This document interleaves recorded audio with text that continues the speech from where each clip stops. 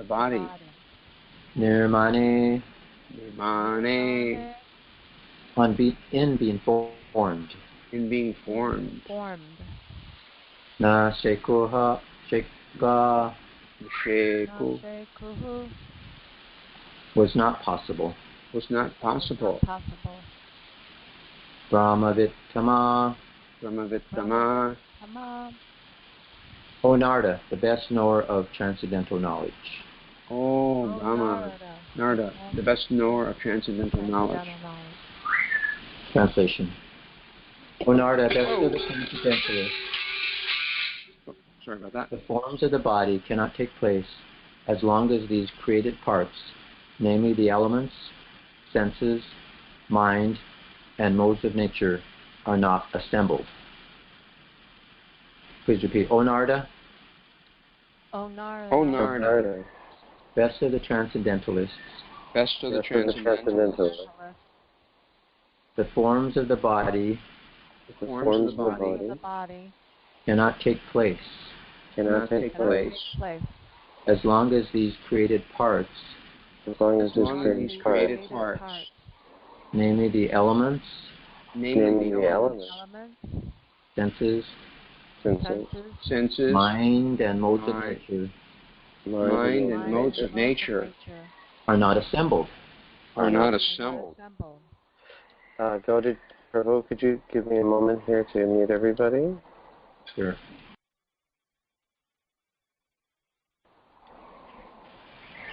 Now, I have a special request for you. Before you read the purport, could you read the translation one more time and then continue? Everybody's muted now. Okay, translation and purport by Srila Prabhupada. O Nārada, best of the transcendentalists, the forms of the body cannot take place as long as these created parts, namely the elements, senses, mind, and modes of nature, are not assembled. Purport. The different types of bodily construction of the living entities are exactly like different types of motor cars, manufactured by assembling the allied motor parts. When the car is ready, the driver sits in the car and moves it as he desires. This is also confirmed in the Bhagavad Gita, 1861. The living entity is as if seated on the machine of the body, and the car of the body is moving by the control of material nature, just as a railroad trains are moving under the direction of the controller. The living entities, however, are not the bodies. They are separate from the cars of the body. But the less intelligent material scientists cannot understand the process of assembling the parts of the body, namely the senses, the mind, and the qualities of the material modes. Every living entity is a spiritual spark, part and parcel of the Supreme Being. And by the kindness of the Lord, for the Father is kind to his sons, the individual living beings are given a little freedom to act according to their will, to lord over the material nature. The parts of the body, such as the senses, are the creation of the Mahatattva. And when they are assembled by the will of the Lord, the material body comes into existence, and the living entity is allowed to use it for further activities. This is explained as follows. Just as a father gives some playthings to the crying child to satisfy him, the whole material creation is made possible by the will of the Lord to allow the bewildered living entities to lord it over things as they desire. Although under the control of the agent of the Lord, the living entities are exactly like small children, playing the material field under the control of the maidservant of the Lord, nature. They accept the Maya, or the maidservant, as all in all, and thus wrongly conceive the supreme truth to be feminine. Goddess Durga, etc. The foolish, childlike materialists cannot reach beyond the conception of the maidservant, material nature. But the intelligent grown-up sons of the Lord know well that all the acts of material nature are controlled by the Lord, just as a maidservant is under the control of the master, the father of the undeveloped children. So I think that's that's into the purport. Let me go back and read the verses again. We had several verses here, 2 verses. So this is the first verse. And it says, by further transformation of the mode of passion, the sense organs like the ear, skin, nose, eyes, tongue, mouth, hands, genitals, legs, and the outlet for evacuating together with the intelligence of the living energy are all generated. And then today, the other verse, O Nārada, best of the transcendentalists, the forms of the body cannot take place as long as these created parts, namely the elements, senses, mind, and modes of nature, are not assembled.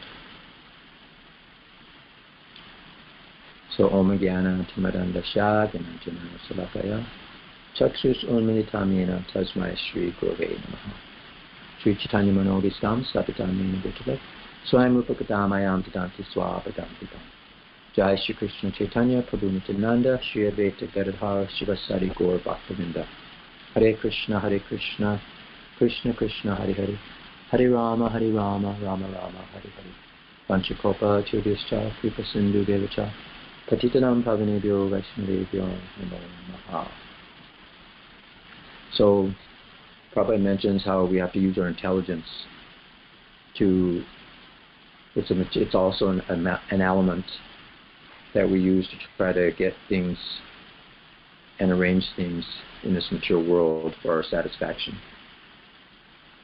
But the liberated person is not attracted to material sense pleasures, but he's trying to enjoy from within, as we mentioned.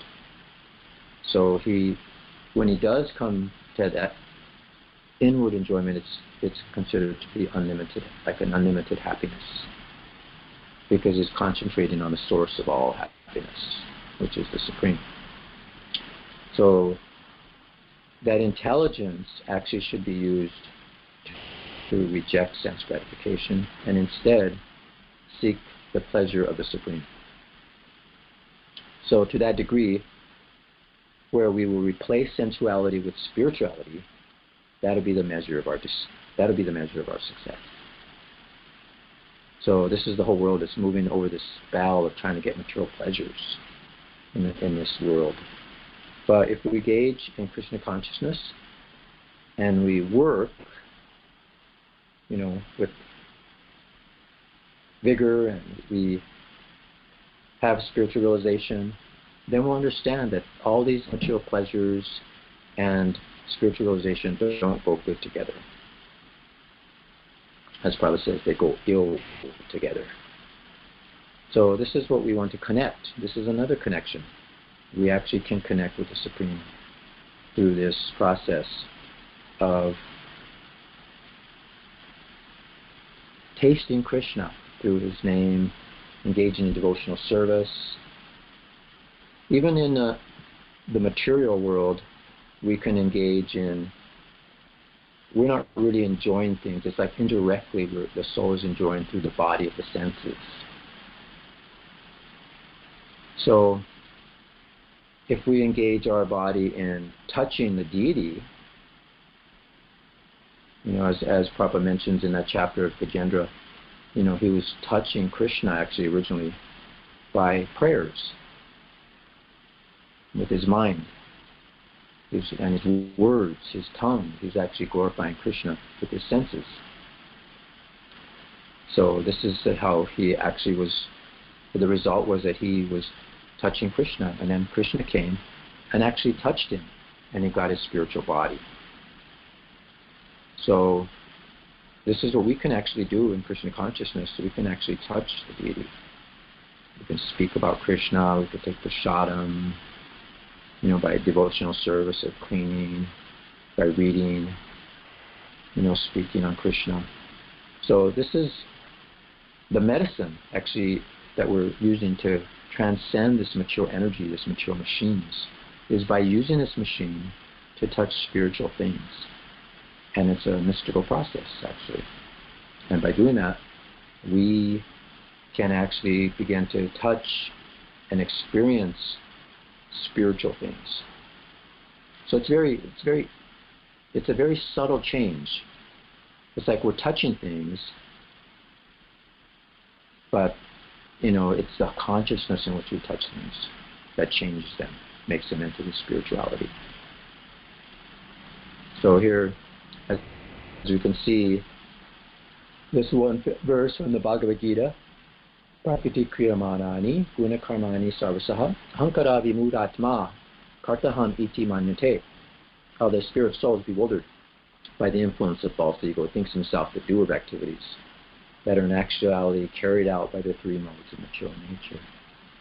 So just see here, they're like puppets, and the modes of nature are actually controlling the machine of the body. And here we are, we're bewildered, and under false ego we think, oh, I'm doing all this. You see, so this is the difference.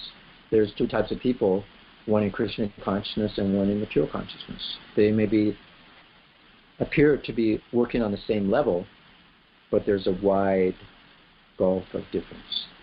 And that's just because of that one slight change of consciousness. You see? That we see that we begin to understand us through these verses how this body is created, and we know we're not this mechanism, and how it's produced by material nature, and how it's actually working under the supervision of Krishna. But materialistic people, they don't have any knowledge of this, how we're actually under control. But under false ego, they think, oh, you know, I get the credit for doing all these things. You know, I'm independent. So this is their ignorance.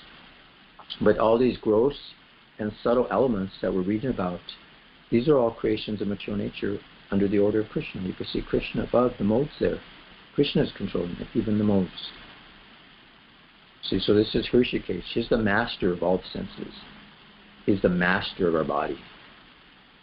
There's another nice verse, Purusha prakriti stohi bhukte prakriti jan gunan karanam guna sangosha sad asadi yoni janmasu. So the living entity in its material nature, he thus follows the ways of life, enjoying the three modes of material nature. And this is due to his association with material nature. And thus, he meets with good and evil among various species. So there's not only in the human form, but so many different species according to the different modes of nature one may be in. You get a different dress according to your desires. Sometimes you may be a man, sometimes a beast, a bird, a worm, an aquatic. There's so many different things that we can become, even a saintly person, a bug. So we're put into all these different types of bodies according to the different desires and different modes of nature. So we're being encouraged to transcend this, to rise above these modes of material nature, become situated in Krishna consciousness. And unless we get to that point, then we're obliged to continue in the cycle of getting one body after another, different species of life. So we just have to change that one slight change in our conception, in our consciousness, and understand what our position is. Actually have real knowledge about who we are, why we're here, and how this material energy is being created. And this is what Lord Brahma is explaining to his son, Nārada Muni.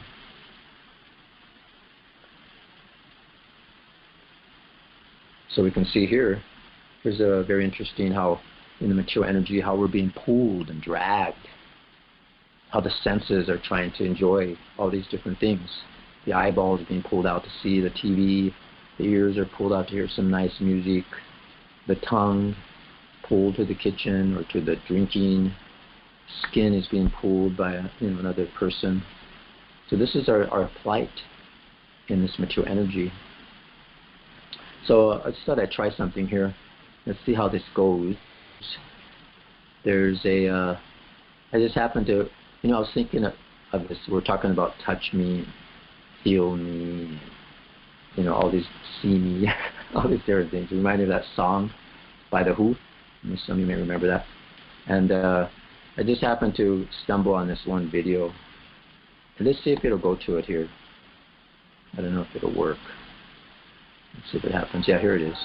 I don't know if you guys can see it or hear it, but this gives you like a real idea of the struggle of this material energy trying to enjoy these temporary, like body-like machines. And the setting here is almost perfect, It shows the dead bodies, how they're temporary, laying in all this roughage of machine. Just like the first image that I had shows that. So we're all screaming and, crying to be touched, to have some kind of connection with people. But what's the result of the material world? It's not happening. So that's that. So let's go back. I don't know if you're able to see that or hear that. But anyway, I thought that would be kind of interesting. Just kind of give you a graphic view of what's happening here. So we can see, look at all the different living entities. You see there's the dog and how the living entities, they have senses. They're trying to enjoy. What's the difference if we're just eating, sleeping, mating, and defending? What's the difference between man and the animals? Because they can do the same things. So we have to understand there is a difference. They're all seeking for pleasure, in the material world, but they're not connected to the source of real pleasure. They're trying to enjoy these material things, which just causes misery and strife, laziness and ignorance and karma. So we can see the results of eating, acting in particular ways according to those desires and activities. The super soul is witnessing everything, and we get a particular body accordingly.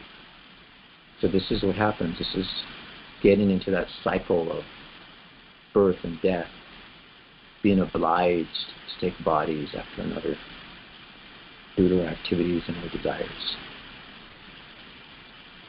So that's how it is. It just starts with by contemplating the objects of the senses.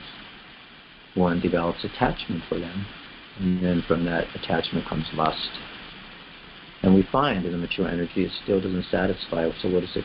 Creates anger, and then bewilderment. The intelligence becomes bewildered, and then one just falls down into the material pool. And then someone suffers. This is the path that we can take. There's two different paths. We can take the spiritual path by engaging in touching spiritual things, by engaging in taking prasadam, touching a deity, touching saintly persons, hearing from saintly persons, or we can actually start to begin to touch these material things, and this is the result. It results in lust, anger, ignorance, envy, all these different qualities, pride, attachment. But if we actually go the other direction, then it develops all the spiritual qualities there. Sense control. We're studying the Vedas. You get spiritual teachers.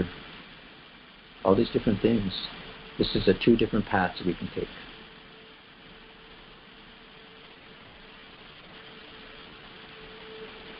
So, this is going. And this is the result, like the sense activities. The result, this is a very graphic to show the ultimate, how this flesh is just flesh.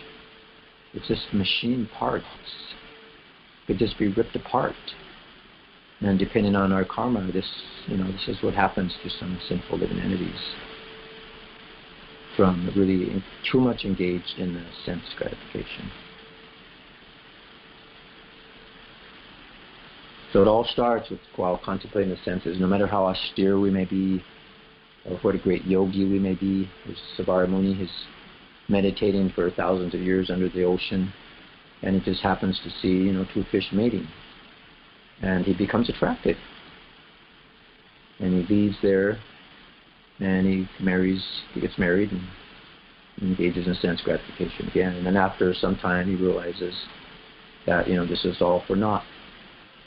And then he goes back to austerity. So this is how, just from that contemplation, the senses are so strong, and just a slight change in the consciousness can completely change your whole direction of your life. So as we're saying, just like a fish out of water, that's how we are. We're like a fish out of water. We're trying to enjoy things. It's just as ridiculous as trying to give, a fish a hot dog or some money, or give him a beer or some drugs, or give him a nice magazine to look at.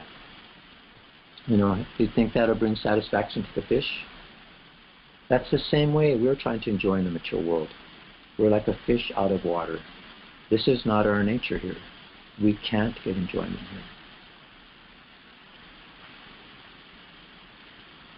Or just like the nice graphic here showing, trying to polish the bird cage instead of feeding the bird. This is the materialist, very much engaged in grabbing and loving material things instead of using material things and loving spirit. He loves, these material objects. And what he's doing is just killing himself, killing the soul. It's a type of suicide, actually. Engaging in something not, and just neglecting the soul. Atmaha, like a soul killer. So no matter how much we try to analyze the material energy, try to understand it in a scientific way with these material bodies, we can't understand these things by our own knowledge and our own endeavors. We may get down to the atomic level, but how can we don't understand unless it's revealed, like Lord Brahma is revealing to Nārada Muni, how this material energy is put together, how it's, it's all these assembled, how it's put together, and we won't be able to understand.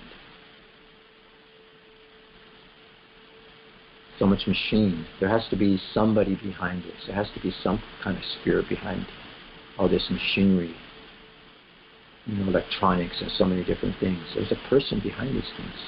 Some intelligence is creating these things. So as Prabhu described how we have to use our intelligence to somehow or another reject this material energy and understand who we really are as spiritual beings. So we understand how Krishna is actually behind everything. All this machinery, all this mechanism of the body, of this material world. Actually, Krishna is the source of all these things. And we can understand that by becoming engaged in devotional service. And we will find that there is real pleasure. Not the pleasure of the material world that has a beginning and an end. Or after a while becomes boring. Or it's superficial. The material sense gratification is just superficial. It actually doesn't touch the soul. Like the bird in the cage. The bird's not satisfied. So we have to see we're actually not doing anything here to get satisfied.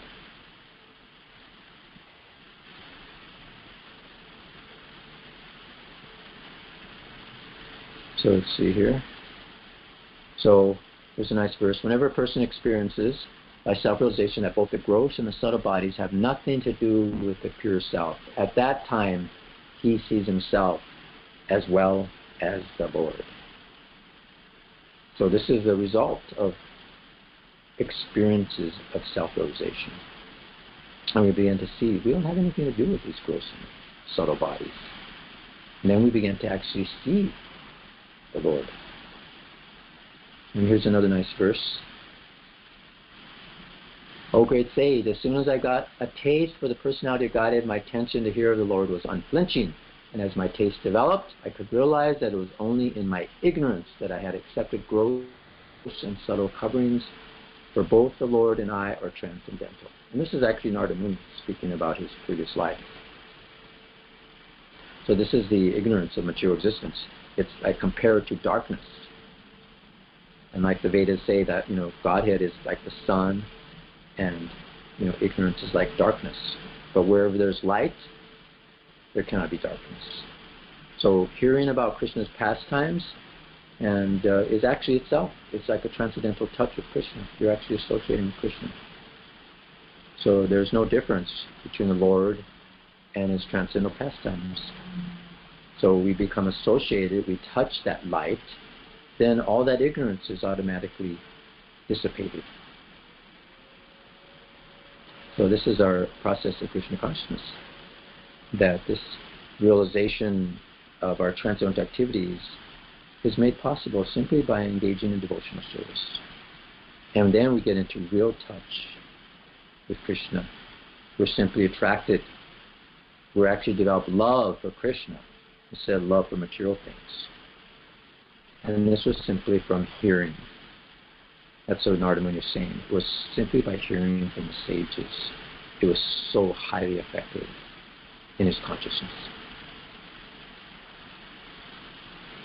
And another verse.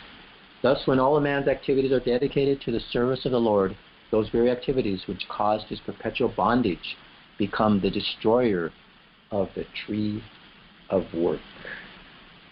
So it's like we have this tree. It's like the banyan tree. It's like a big tree. And that's described in the Bhagavad Gita. It's very deeply rooted. So as long as we have this propensity for enjoying the fruits of this tree here, then we have to continue with that transmigration of the soul from one body to another.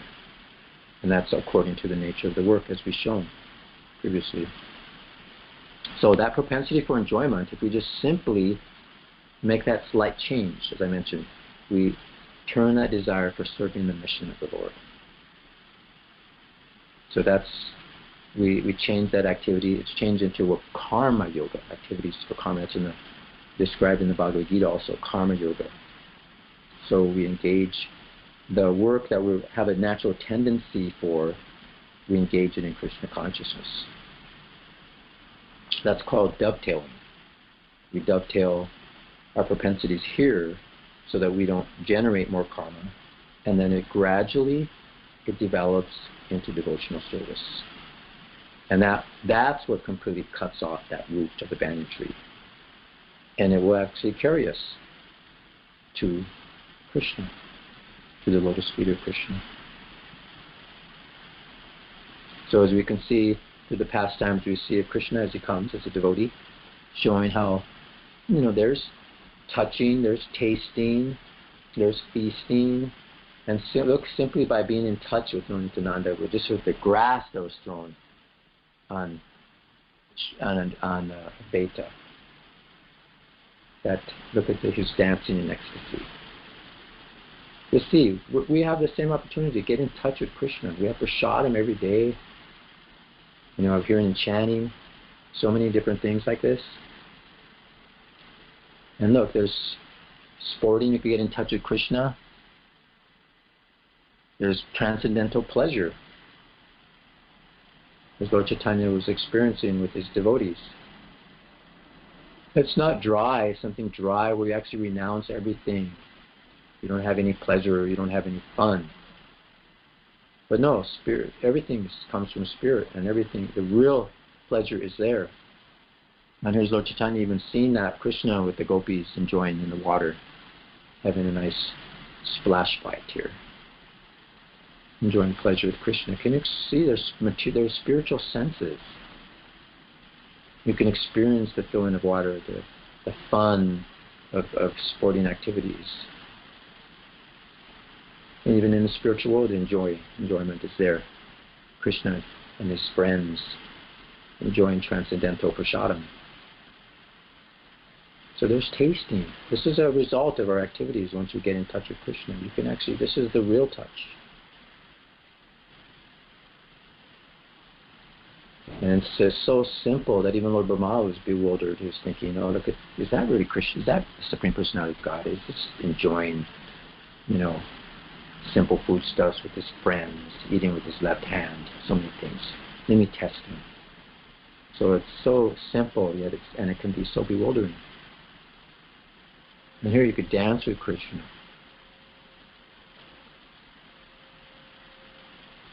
You can play with Krishna, do sportive activities, herd the cows, and go through the forests and play. You can even sport and challenge Krishna. This is the activities of our Krishna consciousness, activities. So this is what happens once the mud of this material covering is actually cleansed away by getting in touch with the light, relieving all this darkness. Then we'll actually reveal the real you, the real person, the beautiful person. You can see how wonderful the soul is, how wonderful you actually are, and how much greater pleasure we can experience with Krishna in the spiritual world.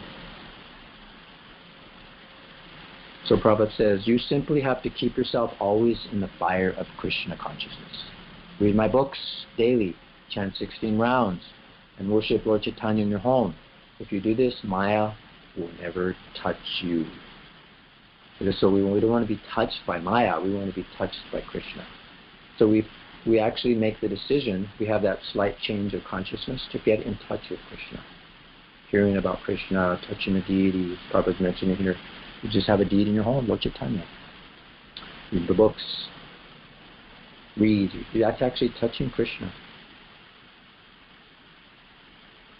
So this is the result. This is how we break through the machinery of this material energy. Get out of this mechanistic world into the spiritual world. This is the liberation of the soul. The Atma. This is an image from, some of you remember the Atma magazine. How the Atma, the soul, is free. And this is the process of Krishna consciousness, which we're so grateful to Srila Prabhupada to bring us and get us in touch with Krishna. So this is the process of how to keep in touch. We all want to keep in touch. Touch me, feel me, see me. This is the real touch. It's in spirit, not in the flesh, not in matter. So I'd like to open up now for any comments or questions. First of all, I wanted to apologize to all of the devotees that are listening on Skype. I have a very poor connection. It dropped a few times. The ones that start meeting probably weren't aware of what was going on. For everybody, I have unmuted you. If there's any comments or questions for Gaudacandra's class, you can please go ahead right now. Hare Krishna, Prabhu. This is Hare Krishna. Kanita Devi Dasi. Hi. Wonderful class. Thank you. I just wanted to ask you, we intellectually understand that this material world is a world of suffering and there's no happiness here, and I definitely understood that before I joined Krishna consciousness. And then when I joined, there was this, well, before you and I joined, there was just so much nectar and transcendental connection. But as we're getting older, and I'm getting older, we're becoming more and more tested by the failings of our bodies and even our minds. It's becoming more suffering, and we're in actuality just realizing how much suffering there is. So how can we, when we're going through these tests, how can we remember that Krishna is there, and He's the source of all happiness and transcendental happiness, and we're that's where we're meant to be.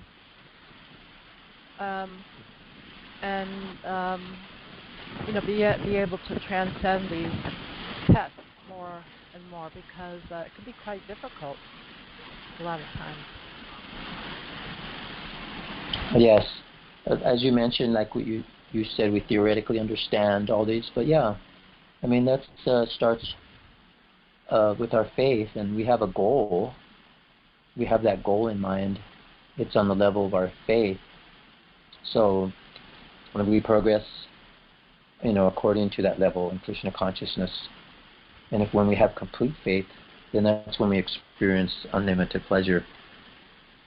But theoretically, we can understand the goal. Just like, if you're in grade school, you may, you're in first grade or grade school, theoretically that there's a 12th grade or there's college like that. So you just you go through your studies, this might be painful, it might be difficult, but you just have faith that you'll graduate someday.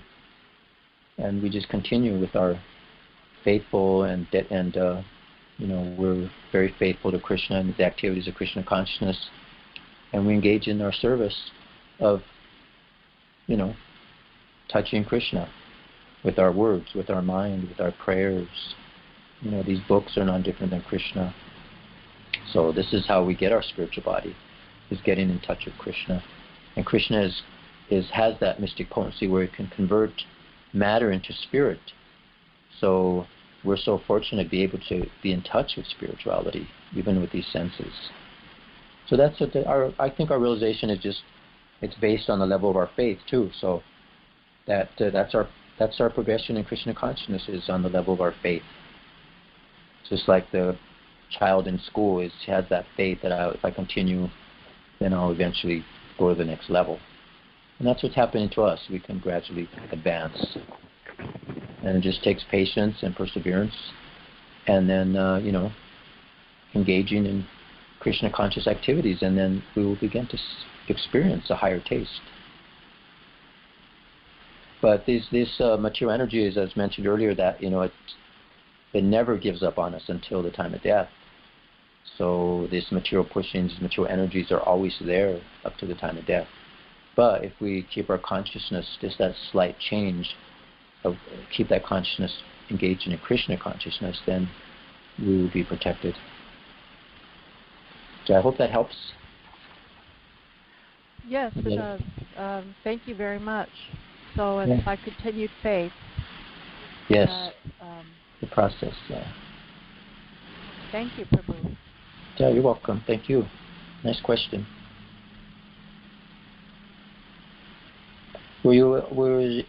Was everybody able to see the video and hear the video that I played, or did it come through?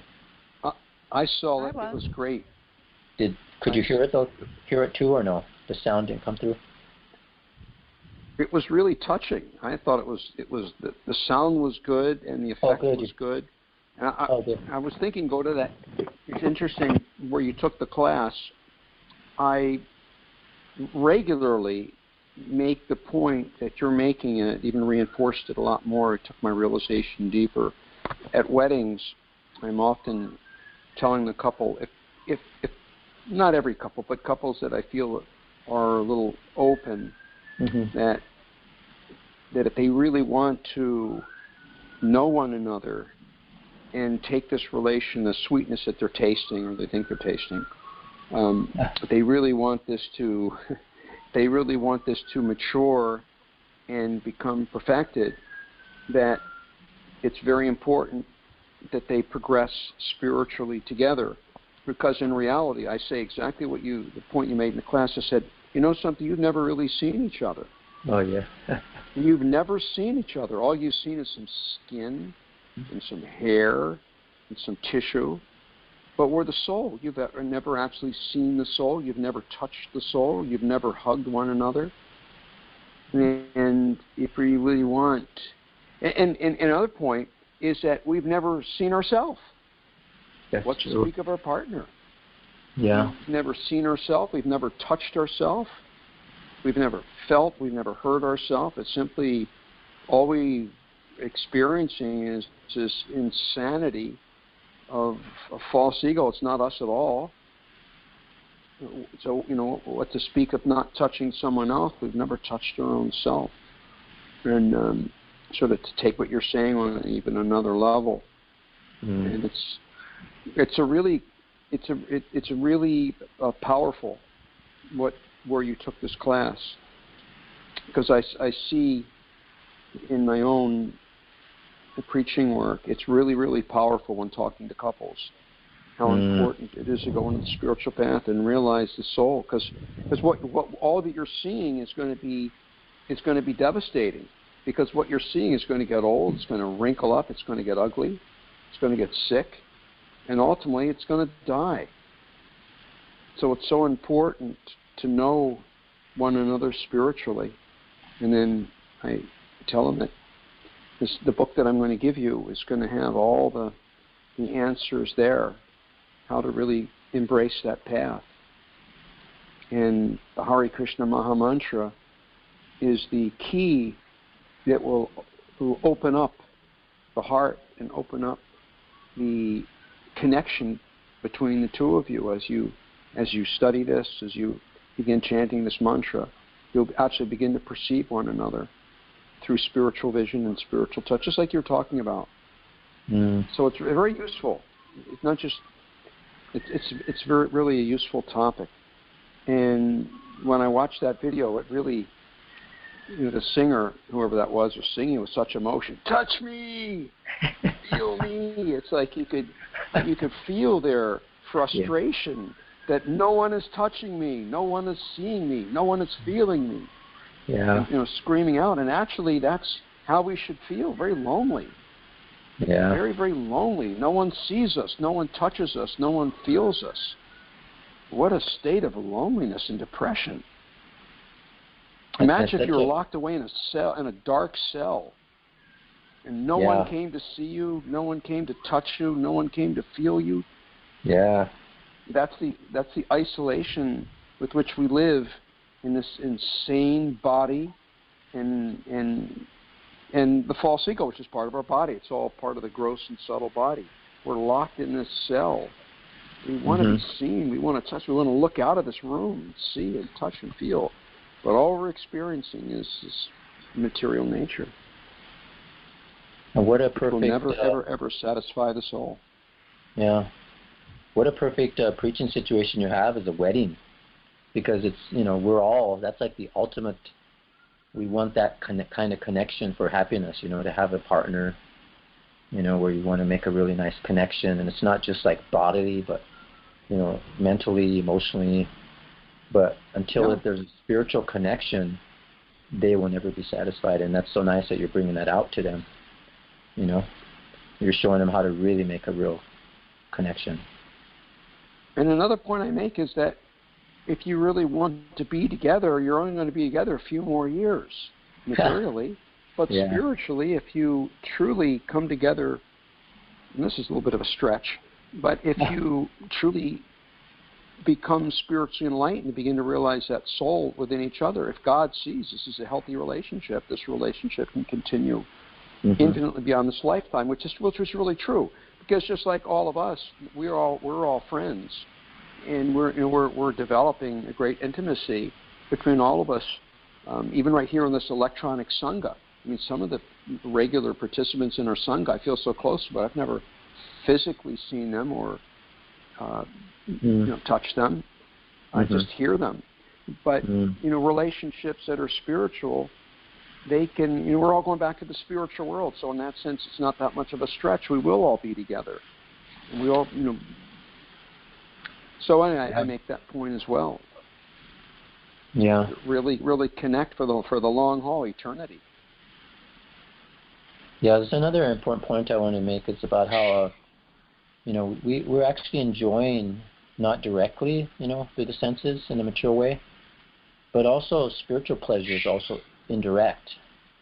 It's like vicariously we enjoy, like, it's like we're satisfying because we're satisfying Krishna, and because we're completely, that's our part, we're a part and parcel of Krishna. That's our connection, is by satisfying Krishna. So it's like indirectly we're satisfying ourselves by satisfying Krishna. But that's actually genuine direct experience.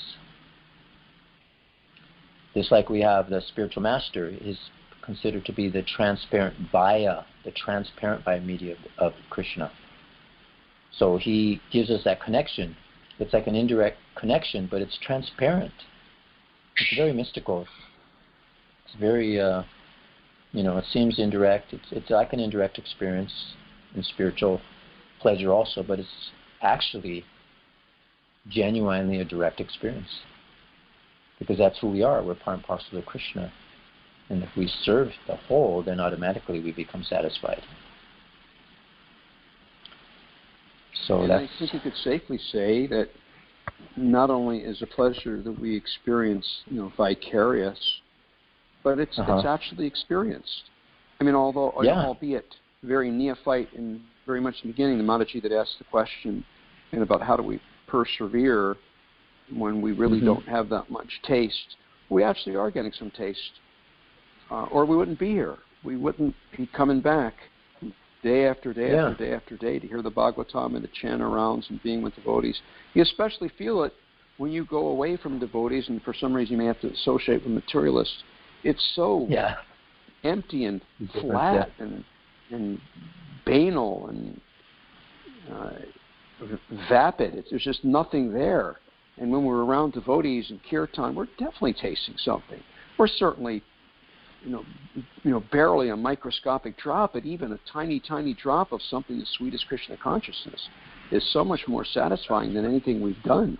It really is. I mean, in the very, very, very beginning, there may be faith. Adho Shraddha, the famous words, Adho Shraddha, Sadhu Sangata Bhajanga. So in the beginning, there's some faith to undergo the process to associate with devotees. But pretty quickly, we get some taste.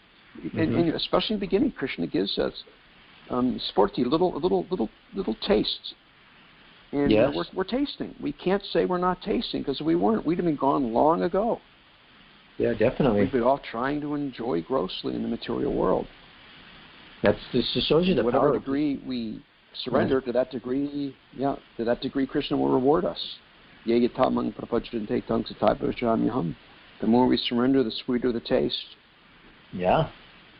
That's the power of prasadam too. Just a lot of devotees, just because of prasadam, here, Krishna's there. It's so bewildering. Like Lord Brahma was bewildered to see how simple the process is. See how simple Krishna's living. And is that really spiritual? Is that Krishna? Yeah, everything we're doing is spiritual. Yeah, it's nice. Thank you, Prabhu. We had a program here last night, a lot of nice guests, and I was sitting around with a bunch of a nice little group of people. They all had big plates of prasadam, and so one girl said to me, "Do we do yoga?" And I said, "You're doing yoga right now." And I said, there are other types of yoga that are meant for the body, hatha yoga, and there's mystic yoga that's meant for the mind, purification of the mind, etc. But then there's yoga that's meant for the spirit. And even on that level, there's different types and levels of yoga. And so this is the highest form of yoga. This is called bhakti yoga. And you're eating this prasadam, and this food you're eating. This is more powerful than meditating for thousands upon thousands of years, practicing the mystic yoga system. This is the highest form of this is Krishna. This is yoga, eating the spiritual food. And the smiles on their faces, the people are so happy eating prasadam. You can just see they're not in this world eating that prasadam. Yeah. And that's what yoga means. We all remember that when we first came. Yeah. Yeah, yoga means connection. That's the ultimate connection.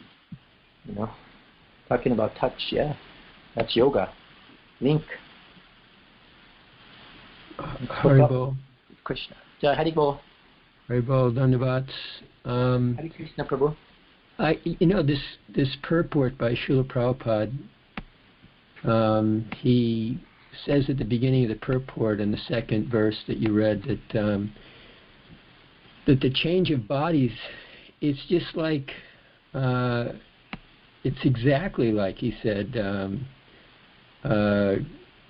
different models of cars. And I got a visual on that. Someone's situated in a slower car, somebody's in a high-speed motor car. So I was thinking a way to illustrate this verse would be, a young, passionate guy in the faster car and somebody, advanced in age in a slower car. But everybody's getting a different vehicle for this life.